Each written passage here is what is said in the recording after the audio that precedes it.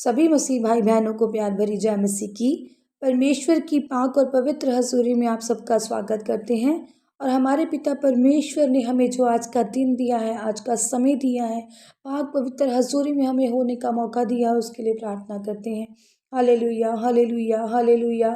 धन्यवाद, धन्यवाद, धन्यवाद, धन्यवाद पिता पुत्र पवित्र आत्मा, पिता पुत्र पवित्र आत्मा, सेना के यहोवा परमेश्वर, आपका शुक्र है जिंदे खुदा, आपका धन्यवाद है पिता परमेश्वर जी। आपने सारी रात हमें संभाल कर रखा, सुबह का मीठा प्यारा दिन हमें दिया पिता परमेश्वर, चलती सांसें हमें दी, हमारे पाप गुनाहों से हमें क्षमा करके पिता परमेश्वर जी हमें नया जीवन दिया पिता परमेश्वर जी। अपने निमित्त हमें बैठने का मौका दिया, हमारे घर परिवारों में हमें बना कर रखा पिता परमेश्वर, हमें किसी भी भली वस्तु की कमी नहीं होने दी, हमें भरपूर करके रजाया पिता परमेश्वर जी। हमें भाई बहन दिया, आपका शुक्र करते हैं खुदावन। अब समय आपके वचन का है पिता परमेश्वर जी, हमारी आत्मा की खुराक का है पिता परमेश्वर। आपके वचन जो हमारे राहों की ज्योति है पिता परमेश्वर, हमारे जीने का आधार है पिता परमेश्वर जी। आपके वचन पिता परमेश्वर जी दो धारी तलवार है पिता परमेश्वर जी, जो चीरते हैं पिता परमेश्वर जी सुनने और सुनाने वाले दोनों को पिता परमेश्वर। आज जो भी वचन हो पिता परमेश्वर जी, उसको पिता परमेश्वर जब हम सब सुने पिता परमेश्वर, उसके अनुसार करें पिता परमेश्वर, उस वचन पर चलें पिता परमेश्वर, उस पर मनन करें पिता परमेश्वर जी। वचन से हम सीखें खुदावन के वचन आज हमें क्या सिखाता है पिता परमेश्वर जी, क्या आज्ञा देता है पिता परमेश्वर। आपका वचन हम एक आज्ञा की तरह लें पिता परमेश्वर जी, कि आपकी आज्ञाएं हैं पिता परमेश्वर जी, जो हमें माननी ही माननी है। आपके वचन पिता परमेश्वर जी हमारी राहों की ज्योति, हमारे जीने का आधार है पिता परमेश्वर जी। आपका वचन हमें नई उम्मीद, नया बल पिता परमेश्वर जी, नई आदतें प्रदान करता है खुदावन। इस वचन के द्वारा हम बचाएं और चलाए जाएं खुदावन, ये वचन हमारी जिंदगियों में कार्य करे। प्रार्थना यीशु नासरी के नाम में मांगते हैं, आमीन। आज मैं आपके लिए लेकर आई हूँ मत्ती 19 1 से लेकर 9 नंबर आयत तक, जिसका टॉपिक है तलाक के विषय यीशु की शिक्षा। टॉपिक बड़ा सुंदर है कि तलाक के बारे में, जो आज लोग 2-2 मिनट में एक दूसरे से तलाक ले लेते हैं, महीना शादी को नहीं होता तलाक मांगने लगते हैं, तो उसके विषय बाइबल हमें क्या सिखाती है, परमेश्वर का पाक पवित्र वचन हमें क्या सिखाता है, आज हम वो जानेंगे। हालेलुया, परमेश्वर हमारी अगुवाई करें और हम वचन पर चलें, आमीन। लिखा है, जब यीशु ये बातें कह चुका तो गलील से चला गया और यरदन के पार यहूदियों के प्रदेश में आया। तब बड़ी भीड़ उसके पीछे हो ली और उसने वहां उन्हें चंगा किया। हालेलुया। जैसा कि हम सब जानते हैं कि परमेश्वर अपनी शिक्षाएं भी बांट रहे थे, लोगों को अच्छा भी कर रहे थे। और जब यीशु गलील देश में पहुंचे, चले गए वहां से और यरदन के पार यहूदियों के प्रदेश में परमेश्वर आए, तब उनके पास फिर बड़ी भीड़ इकट्ठी हुई और परमेश्वर से कोई क्वेश्चन कर रहा होगा, कोई चंगा करने के लिए प्रार्थना कर रहा होगा, परमेश्वर से अनुग्रह कर ले रहे होंगे, परमेश्वर की आशीष बरकतें ले रहे होंगे, परमेश्वर के पास चंगाई मांगने को आए होंगे। और परमेश्वर अपनी इच्छा के अनुसार सबको क्या कर रहे थे, चंगा कर रहे थे और ज्ञान की बातें समझा रहे थे और बता रहे थे। और आप सभी जानते हैं कि तब हालेलुया जो फरीसी लोग थे, फिर परमेश्वर की परीक्षा लेने के लिए या परमेश्वर को अचंभित विचारों में डालने के लिए या उन्हें गलत कहने के लिए, चुंगी लेने के लिए वहाँ पर खड़े थे और तैयार थे। तो उन्होंने फिर परमेश्वर से जो बात की उसे हम जानते हैं। तब फरीसी उसकी परीक्षा करने के लिए पास आकर कहने लगे, जैसे कि फरीसी लोग वहाँ पर आते थे और परमेश्वर से जान के परमेश्वर को जानबूझकर बातें बोलते थे। उन्होंने फिर परमेश्वर से कहा, क्या हर एक कारण से अपनी पत्नी को त्यागना उचित है? हालेलुया। अब उन्होंने फिर माखोल, जो कहते हैं ना, परमेश्वर को नीचा दिखाने का माहौल उन्होंने बनाया और परमेश्वर से फिर एक क्वेश्चन किया। और परमेश्वर उसका कितनी समझदारी से और कितनी पवित्रताई से और कितना समझाने वाले तरीके से उत्तर देते हैं। हालेलुया। लिखा है, उसने उत्तर दिया, क्या तुमने नहीं पढ़ा कि जिसने उन्हें बनाया उसने आरंभ से नर और नारी बनाकर कहा। हालेलुया। अब परमेश्वर क्या कह रहे हैं, प्रभु हमारे जन को कह रहे हैं, क्या तुम्हें नहीं पता कि मैंने शुरू से क्या बनाई थी, नर और नारी। तो उन्होंने जान के परमेश्वर से क्वेश्चन किया, क्या अपनी पत्नी को किसी कारणवश हम त्याग सकते हैं? तो परमेश्वर ने क्या कहा कि मैंने तो नर और नारी बनाकर भेजे थे। सबसे पहले जो इन परमेश्वर ने जिसकी जिसको बनाया था वो कौन थे? आदम और हवा। और उसको क्या थे?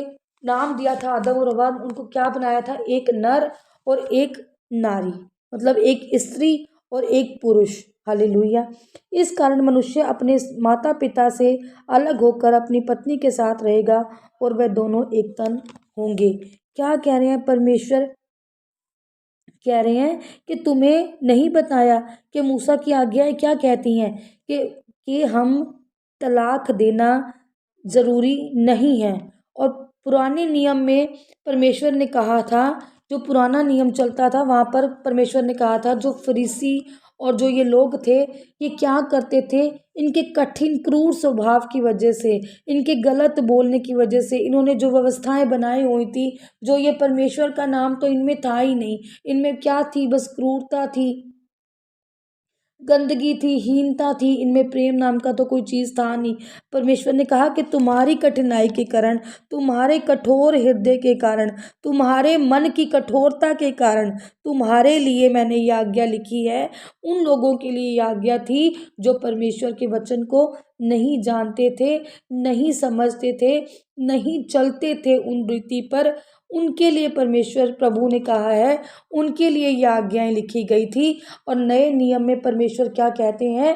पुराने नियम में भी यही था कि परमेश्वर ने स्त्री और औरत बनाए थे, स्त्री और पुरुष बनाए थे, और परमेश्वर ने उनको एक तन एक मन होने के लिए कहा था कि मैंने आदम बनाया है तो हवा उसकी क्या करेगी?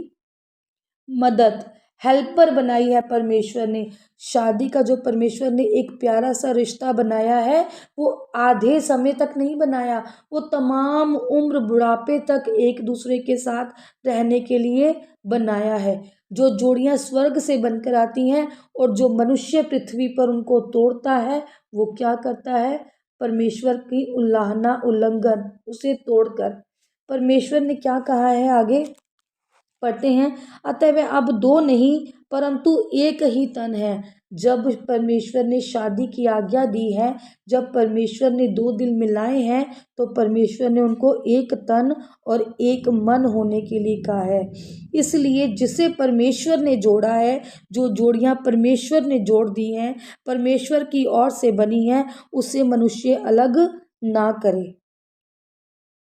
मनुष्य का कोई हक नहीं है, जिसे परमेश्वर ने बनाकर भेजा है उसे वो अलग करे।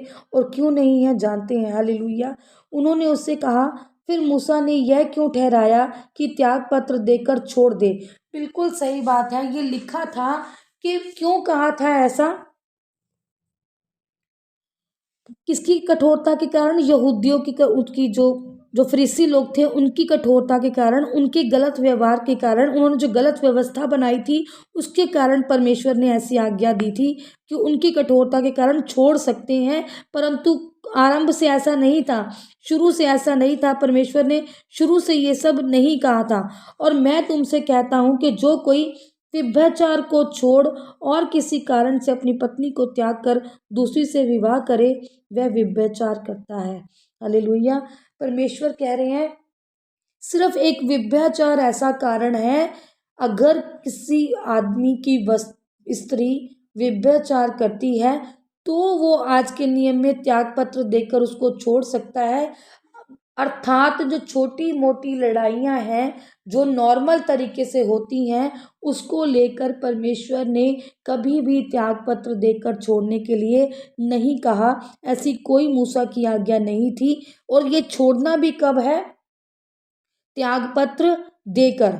अगर वो व्यभिचार करती पाई जाती है तो, या आदमी व्यभिचार करता पाया जाता है तो, व्यभिचार का मतलब आप सब जानते हैं, दूसरी औरत से संबंध या गलत तरीके से किसी के साथ संबंध। हालेलुया।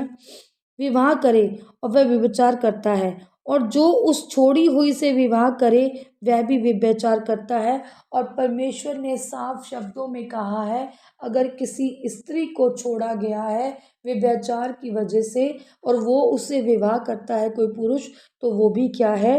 व्यभिचार है। परमेश्वर की जो वचन है जो हमें सिखाते हैं वो हमें यही बताते हैं कि जो फरीसी लोग थे उन्होंने जो बेफजूल की सबसे बड़ा जो है बात कि यही है इसका मेन जो टॉपिक है कि जो फरीसियों ने पुरानी टाइप की जो व्यवस्थाएं बनाई हुई थी, जो उनके मन कठोर थे, परमेश्वर के भय में नहीं रहते थे, ना परमेश्वर से डरते थे, ना परमेश्वर के कहने पर चलते थे, और ना ही उन्होंने मूर्ति पूजा करनी छोड़ी थी। इसलिए कहा गया है कि तुम्हारी कठोरता के कारण, तुम्हारे हृदय जो कठोर हैं, तुम्हारे हृदयों में जो कठोरता चल रही है, उसको लेकर ये मूसा ने आज्ञा लिखी थी कि तुम क्या करोगे, त्याग पत्र देकर छोड़ सकते हो। और आज के युग में परमेश्वर ने मना किया है साफ शब्दों में कि किसी भी छोटे मोटे कारणवश लड़ाई कलेश की वजह से अपनी स्त्री को त्याग पत्र छोड़ देकर छोड़ना उचित नहीं है, क्योंकि ऐसी व्यवस्था नहीं है।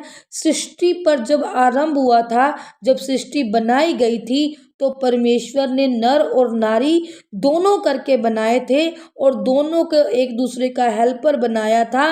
और तभी कहा गया था कि वो क्या करेंगे, अपने माता पिता से अलग होकर एक तन और एक मन होकर रहेंगे। माता पिता से अलग होकर का मतलब है कि प्यार में बने रहेंगे। जब इंसान थोड़ा जिम्मेदारियों में आ जाता है तो शायद थोड़ा सा प्यार कम हो जाता है। ये माता पिता को अलग करने के लिए नहीं कही गई है कि प्रेम बनेगा उनमें आपस, ये बात इसलिए कही गई है। हालेलुया। तो परमेश्वर ने सिर्फ ये आज्ञा दी है कि व्यभिचार के अलावा ना पत्नी पति को छोड़ सकती है और ना पति अपनी पत्नी को छोड़ सकता है, जब तक कि कोई ठोस वजह उनके पास छोड़ने की ना हो। और साफ शब्दों में तो यही बात है कि जितना हम अपने रिश्ते को संभाल कर रखेंगे, परमेश्वर की नज़र में हम उतने ही सही कहलाएंगे। आजकल आप नॉर्मल तरीके में देखते ही हैं कैसे मार कुटाई हो रही है, कैसे आदमी औरत पर हाथ उठा रहा है, कैसे औरत आज गलतियां कर लेती है और तलाक तक बातें पहुंच जाती हैं। तो परमेश्वर हमें साफ शब्दों में इसकी क्या करते हैं, निंदा करते हैं। और सिर्फ एक व्यभिचार परमेश्वर ने ऐसी वजह बताई है कि हमने त्यागी हुई स्त्री से विवाह नहीं करना है आदमी ने, और औरत को भी ये हिदायत है कि वो भी त्यागे हुए मर्द से विवाह ना करे। परमेश्वर साफ शब्दों में बात यह है कि जितना हम अपने रिश्ते को संभाल सकते हैं, अगर परमेश्वर ने हमारी जोड़ियां बनाई हैं तो हमें क्या करना है, उन्हें पाक और पवित्र तरीके से संभालना है। प्रेम में बहुत ताकत होती है। अगर हम किसी से दिल से प्यार करते हैं ना, तो चाहे वो कैसा भी हो, हम उसे सुधारने की कोशिश करते हैं, उसे छोड़ने की नहीं। आज मान लीजिए मेरा पत्नियों से ये कहना है, अगर आपके पति नशे में हैं, शराब पी रहे हैं, तो उसके लिए आप परमेश्वर से, जब व्यभिचार भी करते हैं, ऐसी कोई बात नहीं है, किसी पर मैं बात थोप नहीं रही हूँ, ये ज़िंदगी की हकीकत है कि कई बार जो आदमी लोग हैं पराई स्त्रियों को देखते हैं और गलत संगति में भी चले जाते हैं। तो मेरी ऐसे मेरे सामने कितने सारे केसेस हैं, मैं बेबुनियादी तरीके पर नहीं कह रही हूँ, अपने आसपास हम जो चीज़ें देखते हैं उसके लिए मैं ये चीज़ कह रही हूँ। और परमेश्वर से मैं प्रार्थना भी करती हूँ, खुदावन जितने भी लोग मेरे सामने हैं खुदावन, या जितने भी लोगों को मैं जानती हूँ पिता परमेश्वर, या जितने भी लोगों को मैं नहीं जानती खुदावन, और वो इस सच्चाई से पिता परमेश्वर रूबरू होकर इस सच्चाई में है खुदावन, आज आप उन सब की मदद करें पिता परमेश्वर। और जितनी भी लेडीज़ हैं जिनके पति इन चीज़ों में हैं, मैं प्रार्थना करती हूँ खुदावन, आप उनकी भी हेल्प करें, मदद करें, उनको ताकत दें पिता परमेश्वर, अपना पवित्र आत्मा दें, वो घुटनों पर आए पिता परमेश्वर जी, और आपसे अपने पति की सलामती और उसकी गलत आदतों के सुधार के लिए प्रार्थना करने जब बैठे पिता परमेश्वर जी, उनकी वो प्रार्थना आज आपके स्वर्ग तक जाए पिता परमेश्वर जी, और हर एक की दिल से की हुई प्रार्थना पिता परमेश्वर जी, और उनकी ये प्रेयर कि परमेश्वर, आज मैंने आपके इस वचन को जाना कि आप धरती पर प्रेम बांटने के लिए आए हो। आपने पति और पत्नी के रिश्ते को एक तन और एक मन होने के लिए कहा है। आपने जो आज्ञा दी है पिता परमेश्वर जी, उनको हम सब माने पिता परमेश्वर जी, और हम याद करें कि परमेश्वर ने जब आदम और हवा बनाए थे तो एक दूसरे की हेल्पर उनको बनाया था। परमेश्वर ने कहा था आदम अकेला है और हवा को मैंने बनाया है, उसकी पसली निकाल कर के वो उसकी क्या होगी, मददगार होगी, उसकी हेल्पर होगी, उसके दुख सुख में उसकी सहायक होगी। तो परमेश्वर के इस वचन पर आज हम बने रहें और अपने घुटनों पर आकर अपने पतियों के लिए प्रेयर करें। जो भी लेडीज आज इस मुश्किल परेशानी में है, उनकी परमेश्वर आज ज़रूर सुनेंगे। पवित्र आत्मा आज उनके साथ होगा। अपने घुटनों पे बैठकर इस वचन को सुने, इस प्रेयर को सुने और परमेश्वर से मांगे, दिल से मांगे, और परमेश्वर आज आपकी अगुवाई करेंगे। आमीन, हालेलुया। और जितने भी भाई अपनी पत्नियों से प्रेम करते हैं और वो चाहते हैं कि वो हमारी होकर रहें और हमसे प्रेम करें और आप दूसरे एक दूसरे के प्रेम में बने रहें, तो आज एक एक जन अपनी पत्नियों के लिए बैठकर प्रेयर करे और परमेश्वर से मांगे। खुदावंद आज हम इस वचन को सुन रहे हैं, आपके कलाम को सुन रहे हैं। आपने कहा है धरती आकाश टल जाएंगे पर मेरे वचन कभी ना टलेंगे। आज आपके वचन के द्वारा पिता परमेश्वर जी, मेरी पत्नी मुझसे प्यार करने वाली हो जाए, हम एक तन और एक मन हो जाए और आपके इस वचन को दुनिया तक पहुंचाएं और हर एक की जोड़ी को सलामत रखें। पिता परमेश्वर इस वचन के आधार पर आप सबको ब्लेस करें, आप सबको आशीषित करें, आपकी जोड़ियों को परमेश्वर ब्लेस करें और व्यभिचार से आप लोग दूर रहें और परमेश्वर के वचन पर चले रहें, मनन करें, बने रहें। प्रार्थना यीशु नासरी के नाम में मांगते हैं। सभी बोलेंगे आमीन, आमीन और आमीन। परमेश्वर आप सबको ब्लेस करे। इस वचन के आधार पर परमेश्वर आपको सिखाए, आपको आज्ञाकारी में रखाए। पिता परमेश्वर आपकी कमियों को दूर करे और आप पर आशीष बरसे। प्रार्थना यीशु नासरी के नाम में मांगते हैं, आमीन।